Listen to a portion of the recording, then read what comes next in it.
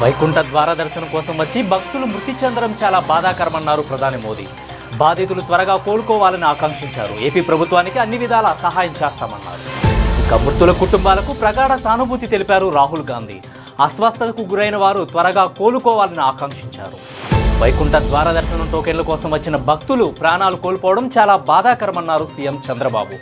అస్వస్థతకు గురైన వారికి మెరుగైన వైద్య చికిత్స అందించాలన్నారు. ఇవాళ తిరుపతికి వెళ్లనున్నారు సీఎం చంద్రబాబు.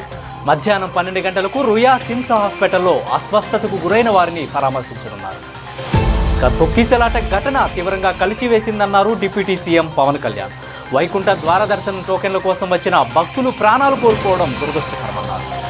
ఏపీపై ప్రత్యేక దృష్టి పెట్టి పథకాల అమలులో ప్రత్యేక ప్రాధాన్యమిస్తున్నారన్నారు ప్రధాని మోదీ.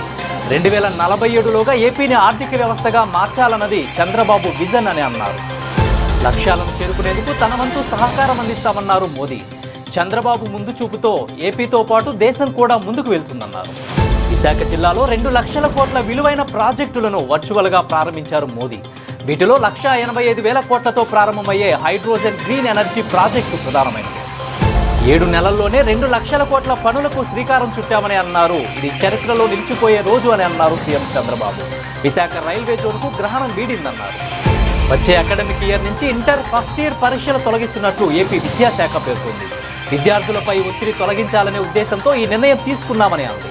ఇకపై సిబిఎస్ఈ తరహాలో ఇంటర్ పరీక్షలు నిర్వహిస్తామని అన్నారు ఏపీ ఇంటర్మీడియట్ బోర్డు కార్యదర్శి కృతికా శుక్లా. ఇక ముంబైలో మరో కేసు నమోదు అవడంతో మహారాష్ట్రలో హెచ్ఎంపీవీ వైరస్ల సంఖ్య 3కు చేరింది. దీంతో దేశవ్యాప్తంగా 8 మందికి హెచ్ఎంపీవీ వైరస్ సోకినట్టు తెలుస్తోంది. ఇక భారతదేశాన్ని టూరిజం హబ్గా తీర్చిదిద్దేందుకు ప్రధాని మోదీ ప్రయత్నిస్తున్నారని అన్నారు జైశంకర్.